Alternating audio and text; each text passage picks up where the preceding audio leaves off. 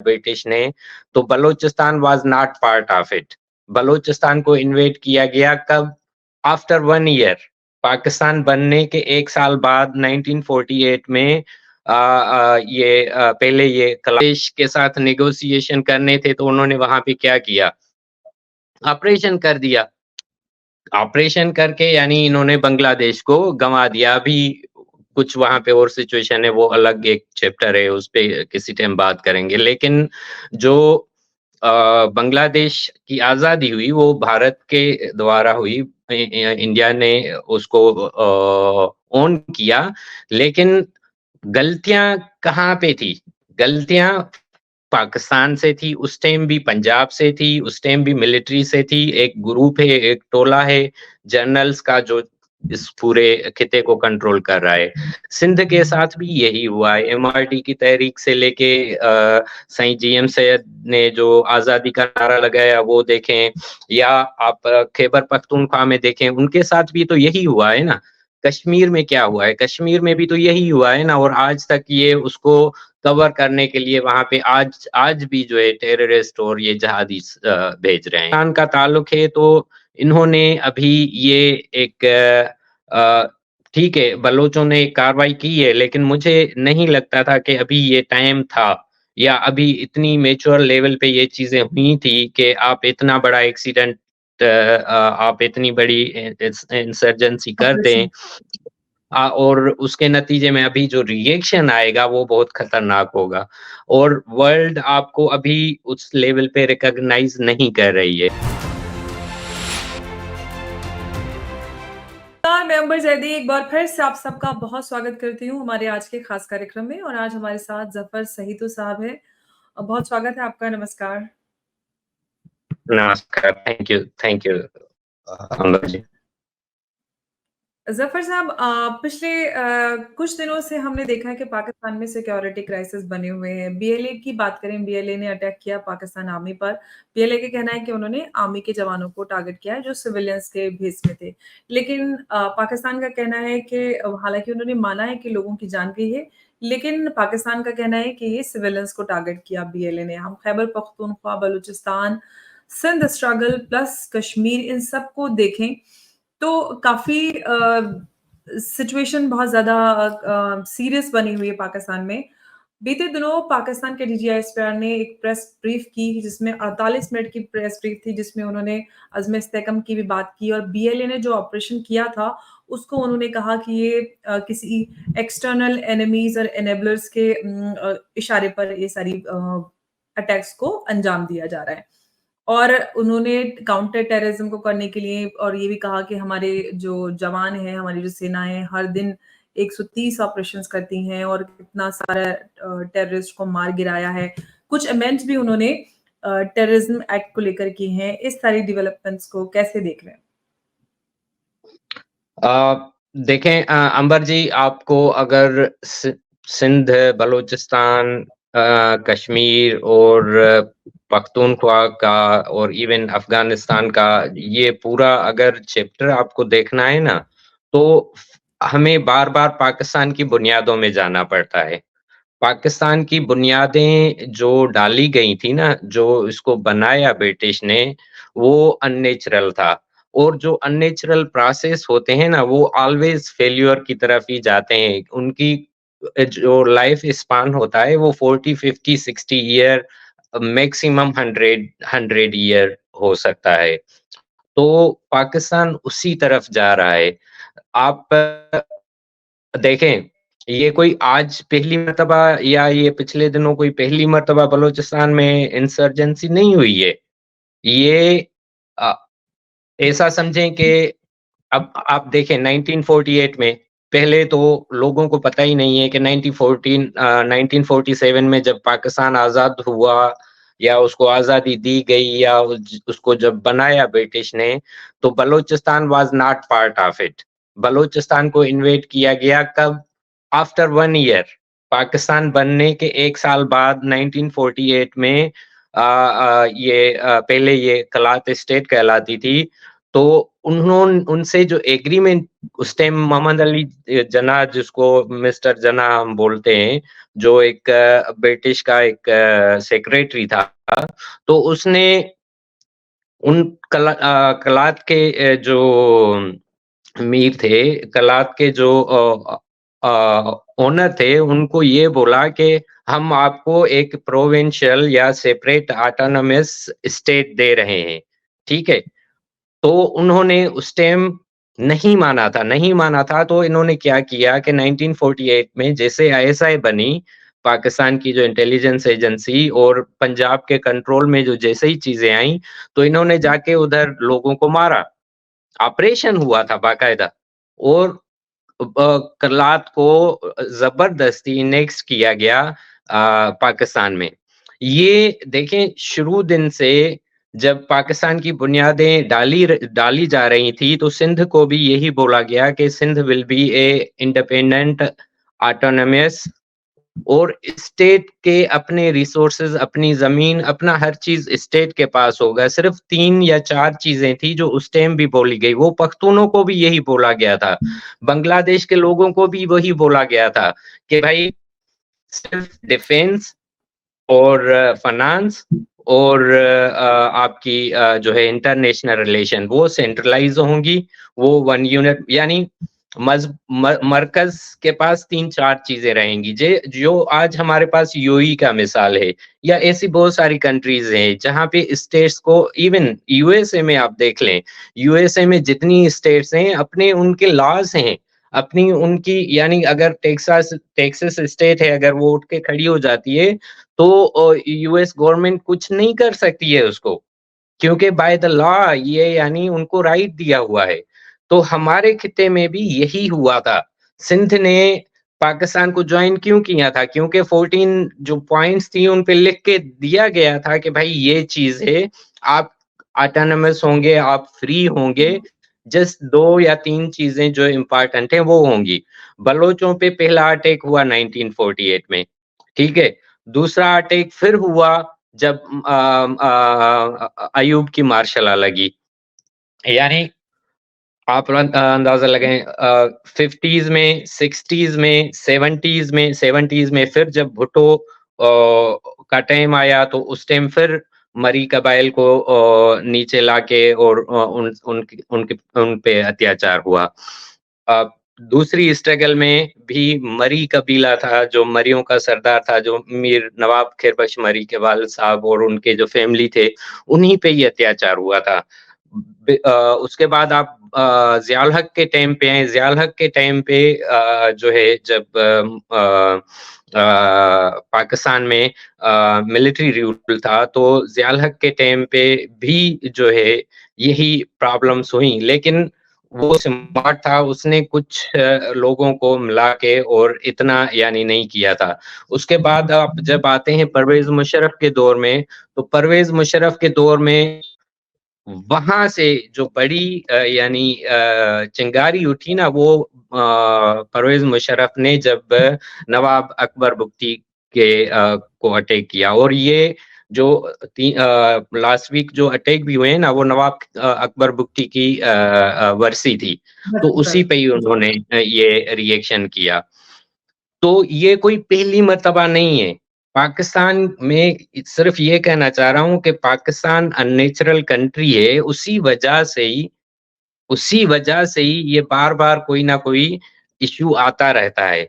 अच्छा, पहले जो बलूचिस्तान में सिचुएशन होती थी, वो सिर्फ़ नवाब और सरदार और उनका होता था। लेकिन अभी लास्ट 10 टू 20 इयर्स, जो 2 डेकेड्स हुई हैं, तो जो मिडल क्लास है वो ऊपर आ गया है। पहले इतना मिडल क्लास नहीं था बलूचिस्तान में, लेकिन अभी जो फाइट कर रहा है, या अभी जो रोडों पे आ रहा है, वो मिडल क्लास आ रहा है। यानी अभी सरदारों का रोल नहीं है, या नवाबों का। Of course they are leading the struggle, but जो रोल है अभी वो आम लोगों का है। और पाकिस्तान ये बात समझ नहीं रहा है। पाकिस्तान मीन्स पंजाब ये बात समझ नहीं रहा है। यानी 4-5 मर्तबा नेगोशिएशंस किए, 4-5 मर्तबा इन्होंने सब चीज़ें की हैं। मिसाल के तौर पर आपको याद होगा, जब बांग्लादेश के साथ नेगोशिएशन करने थे, तो उन्होंने वहाँ पे क्या किया? ऑपरेशन कर दिया। ऑपरेशन करके यानी इन्होंने बांग्लादेश को गँवा दिया। अभी कुछ वहाँ पे और सिचुएशन है, वो अलग एक चैप्टर है, उस पे किसी टाइम बात करेंगे। लेकिन जो अ, बांग्लादेश की आज़ादी हुई, वो भारत के द्वारा हुई। इंडिया ने उसको ओन किया, लेकिन गलतियाँ कहाँ पे थी? गलतियाँ पाकिस्तान से थी, उस टाइम भी पंजाब से थी, उस टाइम भी मिलिट्री से थी। एक ग्रुप है, एक टोला है जनरल्स का जो इस पूरे खित्ते को कंट्रोल कर रहा है। सिंध के साथ भी यही हुआ है। एमआरटी की तहरीक से लेके सईद जीएम सैयद ने जो आज़ादी का नारा लगाया वो देखें, या आप खैबर पख्तूनख्वा में देखें, उनके साथ भी तो यही हुआ है ना। कश्मीर में क्या हुआ है? कश्मीर में भी तो यही हुआ है ना, और आज तक ये उसको कवर करने के लिए वहाँ पे आज आज भी जो है टेररिस्ट और ये जिहादी भेज रहे हैं। तो आप अगर बुनियादों में जाएँगे ना, जो मेरा मेन मकसद कहने का है वो ये है कि जो अननेचुरल प्रोसेस होता है ना, उसको लाज़मी ख़त्म होना होता है। तो ये पाकिस्तान का बनाना एक अननेचुरल प्रोसेस था, और वो चीज़ सामने आ रही है अभी। लेकिन ज़फ़र साहब, अगर हम पाकिस्तान की बात करें तो जैसे कि मैंने डीजीआईएसपीआर के प्रेस ब्रीफिंग की बात की जो कुछ दिन पहले हुई, उसमें उन्होंने एक्सटर्नल एनिमीज़ का पे पूरा पूरी जो इंसर्जेंसी है उसका इल्ज़ाम, जो भी ऑपरेशन हुआ, उसका इल्ज़ाम उन्होंने लगाया। गलती या इंट्रोस्पेक्शन को करने के बजाय, गलती एक्सेप्ट करने के बजाय पाकिस्तान हमेशा भारत में डायरेक्टली इनडायरेक्टली इल्ज़ाम लगाता है। इनफैक्ट मोहसिन नकवी ने भी ये बात कही कि क्योंकि एससीओ को होस्ट करने वाला है, वहाँ पे होने वाली है एससीओ एससीएच मीटिंग, तो इसलिए उसको सबोटाज करने के लिए भारत ये सारी कोशिशें कर रहा है। सारा इल्ज़ाम जो पाकिस्तान के अंदर ये इंसर्जेंसी बनी हुई है, चाहे किसी भी खित्ते की बात करें, उसका इल्ज़ाम वो भारत पे लगाता है। इसको किस तरह से देखते हैं? अ, सारा जी, जब अपने आप से खुद का घर नहीं सँभाला जाता ना, तो अक्सर यही होता है कि आप पड़ोसी के ऊपर लगा लें, और ये एक कॉमन है। पाकिस्तान से अपना घर नहीं सँभाला जा रहा, पंजाबियों से अपना घर सँभाला नहीं जा रहा है। और उसके रीज़न पीछे क्या हैं? क्योंकि ये अत्याचार कर रहे हैं, अपने ही लोगों पे, अपने ही दूसरे छोटे सूबों पे वो ज़ुल्म कर रहे हैं।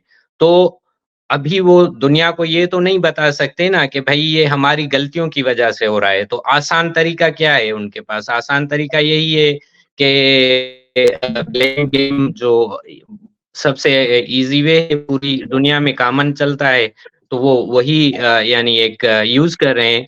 बाकी जहाँ तक देखा जाए कि दुनिया को भी मालूम है कि मिसाल के तौर पर बलूचिस्तान सबसे बड़ा सूबा है, ठीक है? बलूचिस्तान आप एरिया के हिसाब से सबसे बड़ा है। मअदनियात वहाँ पे बिलियंस, ट्रिलियंस डॉलर की मअदनियात हैं। लेकिन वही लोगों के आप अगर वहाँ पे अगर कॉलेज है या यूनिवर्सिटी है, तो उसमें पंजाब सेक्रेटरी लगाया जाता है, पंजाब से वाइस चांसलर लगाया जाता है। इवन जो गार्ड होता है, यानी सिक्योरिटी गार्ड, वो भी वहाँ का लगाया जाता है, पंजाब का लगाया जाता है। वही सेम चीज़ आप अगर सिंध में देखें, सिंध 65% रेवेन्यू जनरेट करता है, लेकिन सिंध को मिलता क्या है? कुछ भी नहीं।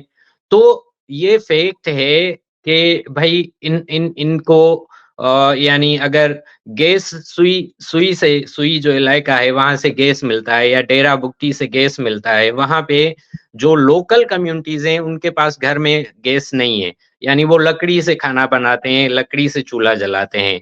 तो ये दुनिया को तो ये चीज़ें नहीं मालूम है ना, तो इसी वजह से ये क्या करते हैं, ब्लेम गेम डाल देते हैं कि हाँ भाई ये इंडिया ने कर दिया। इंडिया इनको सपोर्ट कर रहा है। जबकि बलूचिस्तान का इंडिया से बार्टर भी नहीं मिलता है। अगर ये चीज़ सिंध में होती, भई हम समझ सकते थे कि चलो सिंध से कोई लेकिन वहाँ पे तो इन्होंने जिहादियों के और चाइनीज़ के और 3-4 बैरक बनाए हुए हैं। सिंध का पूरा जो बॉर्डर है वो इन्होंने बाकायदा सील किया हुआ है। तो ये बलूचिस्तान को सपोर्ट कहाँ से आती है? ईरान इनका अलाई है। ईरान हमेशा पहले जब पहला अटैक हुआ था बलूचिस्तान में अय्यूब के टाइम पे, तो मुझे याद है कि उस टाइम भी जो है इन्होंने ईरान ईरान ने इनको जहाज हेलीकॉप्टर दिए थे पाकिस्तान को। अभी भी मेरे ख्याल में ये 3-4 दिन में शायद एक ऑपरेशन शुरू होने वाला है, इन्होंने अप्रूवल ले लिया है, तो ये अभी ईरान से मदद माँग रहे हैं कि इस एरिया को हमें ख़त्म करना है और शायद ये कुछ 1 हफ्ते में या 3-4 दिन में इनका ऑपरेशन शुरू होने वाला है। अच्छा, अच्छा। जी, आपने आपने ईरान और पाकिस्तान के बीच एक होने वाले एक नए ऑपरेशन की बात की। लेकिन जिस तरह से काउंटर टेररिज़्म के नाम पर पाकिस्तान ह्यूमन राइट वायलेशन करता आया है, ख़ास तौर से हम बलूचिस्तान की बात करें और जो सबसे ज़्यादा बेसिक मुद्दा बलोचों का रहा है, जो लोग गायब हैं, कहाँ चले गए, उनकी निशानदेही, उनकी जवाबदेही, उस पे पाकिस्तान बिल्कुल बात करने के लिए तैयार नहीं है और काउंटर टेररिज़्म के नाम पर पहले भी पाकिस्तान ने ह्यूमन राइट वायलेशन किया, अभी भी उसी तरह के कुछ कदम उठाते नज़र आ रहा है। और अगर हम मारंग बलूच की बात करें तो वो भी इस तरह के सवाल लेकर आगे बढ़ रही हैं और उनको काफ़ी लोगों का साथ भी मिल रहा है। इन दोनों चीज़ों को कैसे देख रहे हैं? क्या आपको इस पूरे मोमेंट का फ्यूचर नज़र आ रहा है? देखें अंबर जी बहुत ये सिंपल इक्वेशन है, वेरी सिंपल इक्वेशन है। देखें अभी जो पाकिस्तान जवाब दे रहा है या जो इनकी जितनी भी आप प्रेस कॉन्फ्रेंस देखें ना, इन्होंने हुँ, नंबर्स प्रेज़ेंट किए हैं। नंबर्स कौन से हुँ, प्रेज़ेंट किए हैं कि ये तो एक मज़दूर था, ये तो एक बिज़नेसमैन था, ये तो एक ये था। ये इस ऑपरेशन का अप्रूवल इन्होंने सिम्पैथी से ले लिया। सिम्पैथी कैसे दिखाई पूरी दुनिया में अभी दिखाया कि देखो ये निहत्थे लोगों को इन्होंने शनाख्ती कार्ड निकाल के इनको चेक करके और ये किया है। तो इनको ग्रीन सिग्नल मिल गया है। बाकी अगर आप देखें पाकिस्तान आप बोल रहे हैं कि हमेशा इंटरनेशनल लॉज़ वायलेट करता है, तो उसमें तो कोई भी शक नहीं है ना। वो हमेशा होता रहता है, वर्ल्ड के इंटरेस्ट हैं पाकिस्तान में। और पाकिस्तान की जो आईएसआई है, जो मिलिट्री है, उनकी जो पॉलिटिकल रीच है ना, जो इन्फ्लुएंस है, वो शायद इंडिया से या एशिया के और उससे ज़्यादा है। ना सिर्फ वेस्टर्न अलाइज़ के साथ, इवन चाइना के साथ, रशिया के साथ, इनका बहुत ज़्यादा वो क्योंकि ये डर्टी प्ले करने के बहुत यानी जो है ना माने जाते हैं। आप ऐसा समझें कि कुत्ते को हड्डी दें, ये वो कुत्ते वाला मिसाल है ना, हड्डी डालें, जो उससे जो भी काम करवा लें वो कर देगा। तो पाकिस्तान को दुनिया इसी नज़र से देखती है कि भाई अगर हमें कोई डर्टी काम करवाना है तो वो कौन कर सकता है इस खित्ते में, वो पाकिस्तान कर सकता है। इसी वजह से वो इन चीज़ों को अप्रूवल ले लेते हैं, सिम्पैथी भी ले लेते हैं। अपने ही लोग लास्ट ईयर आपको याद है जब फ्लड आया, खुद फ्लड इन्होंने लाया, खुद बैराजेस तोड़े और पूरी दुनिया से पैसे लिए। अपने ही लोगों को मरवा के इन्होंने पैसे लिए।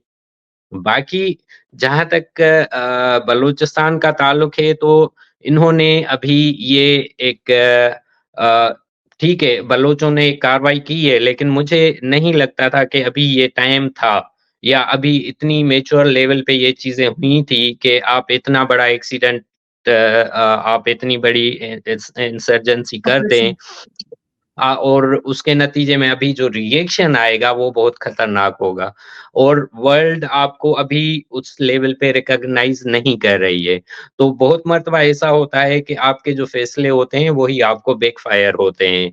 तो मुझे बहुत यानी ये परेशानी है अभी कि अगर इन्होंने ग्रैंड ऑपरेशन किया तो उसके बहुत खराब नताइज होंगे। बिल्कुल क्या कुछ आपको जैसे कि मैंने आपसे पहले भी पूछा था मारंग बलोचों का मुद्दा लेकर पाकिस्तान में बड़ी लंबी-चौड़ी रैली करी है और बड़ा उनको लोगों का साथ मिल रहा है, लोग बड़ी भीड़ उमड़ रही है उनके साथ। दूसरी तरफ आपने ग्रैंड ऑपरेशन की बात की। ये दोनों चीज़ों को हम अगर पैरेलली देखें, तो बलोच का फ्यूचर जो इसका डर आपने सताया कि अंजाम बुरे हो सकते हैं, वो क्या आपको पॉसिबिलिटीज़ नज़र आ रही हैं? देखिए, महारंग ने जो भी अभी तक काम किया है, स्ट्रगल किया है, वो फर्स्ट टाइम नहीं है। इससे पहले भी हम देख सकते हैं कि ऐसी मामा कदीर की जो रैली थी या उससे पहले अभी बलूच बहनें बहुत ज़्यादा निकली हैं और उन्होंने बहुत लेवल पे काम किया है, लेकिन वो तहरीकें फिर ख़त्म भी हो गई हैं। अभी तक कोई हार्ड टाइम यानी जिसको hard time in name of terrorism अगर आपके ऊपर टेररिस्ट की चार्जेस लगा के और काम शुरू किया जाए ना और रियासत जब टेररिस्ट बना के आपके ऊपर ऑपरेशन करे ना, तो वो बहुत खतरनाक होता है। ये अभी ये सोच रहे हैं कि इस इन सभी चीज़ों का इनको सफाया करना है और बलूचिस्तान में मीडिया कवर तो है नहीं, पॉपुलेशन है नहीं, वहाँ पे मासेज़ हैं नहीं। अभी अगर ऑपरेशन हुआ, मिसाल के तौर पर कितने समाचार होंगे या कितने फाइटर्स होंगे? 1500, 2000, 2500, 3000 ठीक है? अगर 20 अ, अगर 20-25 जहाज़ भी पाकिस्तान के उड़ेंगे और उनको टारगेट बना लेंगे, तो हम कहाँ पे खड़े हैं? आप समझ रहे हैं? यानी अगर 20 ठिकाने, 25 ठिकाने इन्होंने तबाह कर दिए और जो सिविलियंस हैं, महारंग हो गई या जो जो हैं, उनको अरेस्ट करके जेल में डाल दिया then where you are standing? इसी वजह से देखें अंबर जी जो रियासत के पास वसाइल होते हैं ना, जो रियासत होती है वो बहुत खतरनाक होती है और उसकी जो पहुँच होती है वो ज़्यादा होती है। ऐसे नहीं है हम लाइटली चीज़ों को नहीं ले सकते। इसी वजह से मुझे याद है कि नवाब खैरबख्श मरी से एक मर्तबा वीडियो लिंक पे बात हुई थी मेरी 2013 में। तो नवाब खैरबख्श मरी के ये अल्फ़ाज़ हैं मैं आपको यानी बता रहा हूँ। उनको बाबाए बलूचिस्तान बोला जाता है। तो नवाब खैरबख्श मरी के ये अल्फ़ाज़ थे कि जब तक सिंध आज़ाद नहीं होती है, बलूचिस्तान की आज़ादी नहीं हो सकती है क्योंकि ज्योग्राफ़िकली, मासेस वाइज़ और आपके इंटरनेशनल जो इंटरेस्ट हैं, जब तक ये तीनों कवर नहीं होते, आप आज़ादी नहीं ले सकते। और बलूचिस्तान की जो पॉपुलेशन है, वो भी टोटली डिफरेंट है। बलूचिस्तान की अगर आप पॉपुलेशन देखें ना, वो टोटली डिफरेंट है। सवा करोड़ का जो है सूबा है, सवा करोड़ लोगों में आप अगर पश्तून निकाल लें, क्योंकि बहुत पॉपुलेशन है पश्तूनों की वहाँ पे। मैं यहाँ पे एदाद नहीं देना चाहता, फिर वो उसमें हो जाती है। लेकिन बिरोही है और पश्तून है, सिंधी हैं, वहाँ वहाँ पे बहुत सारे तो बलोच जो है ना अगर आप सवा करोड़ से आप लगा लें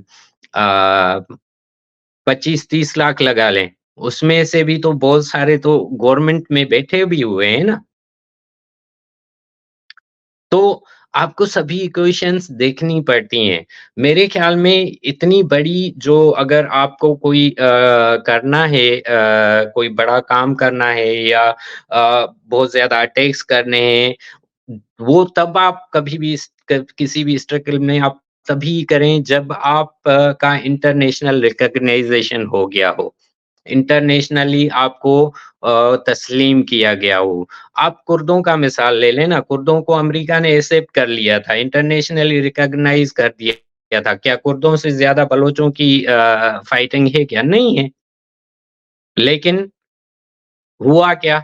आज आज कोई कुर्दों का नाम लेता है? बिल्कुल।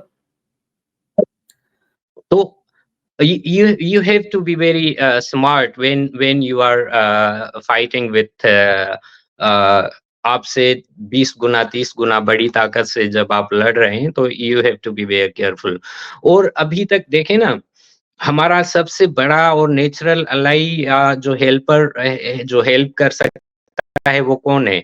वो इंडिया है, राइट? भारत है। लेकिन भारत की खुद की हालत जो है ऐसी है उसको ऐसे वेस्टर्न कंट्रीज़ ने या पावर्स ने ऐसे उसको कंट्रोल किया हुआ है कि वो खुद अपनी साँस नहीं ले सकते। स्पेशली यानी अभी ये जो बांग्लादेश का इंसिडेंट हुआ है। कितना प्रेशर है इंडिया के ऊपर, आप समझ सकते हैं ये चीज़ का। तो अगर जो हम जिस पे हम भरोसा कर रहे हैं या जिस पे हम उम्मीद लगाए हुए हैं कि भाई India is going to do something, उस उनकी खुद की हालत ऐसे है, अभी अगर ग्रांड ऑपरेशन होता है, 2500-3000 लोग मार देते हैं ये फाइटर्स को खत्म कर देते हैं। किसी को पता ही नहीं चलेगा, पहाड़ों में हैं वो सभी लोग। बिल्कुल। तो यानी मैं तो बोल रहा हूँ कि ये तहरीक ज़्यादा ऊपर जाए और सब चीज़ अच्छी हो, लेकिन सेम टाइम मुझे बहुत वो जो है ना परेशानी भी हो रही है इस चीज़ की।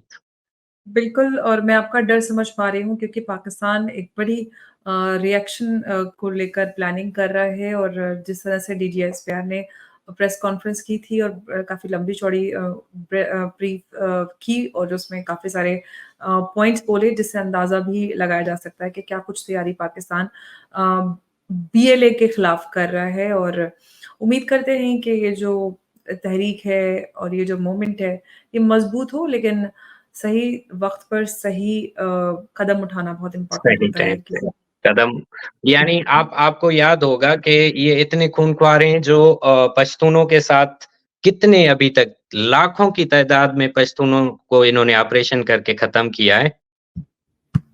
बिल्कुल। बिल्कुल, वही है कि सवाल पाकिस्तान ह्यूमन राइट वायलेशन का सवाल यूनाइटेड नेशंस में कश्मीरियों के लिए उठाता रहता है, जहाँ पे कोई ह्यूमन राइट वायलेशन नहीं है और जो ऑक्यूपाइड कश्मीर है, उसमें वायलेशन होता है सिंध में बलोच और पख्तूनों के खिलाफ।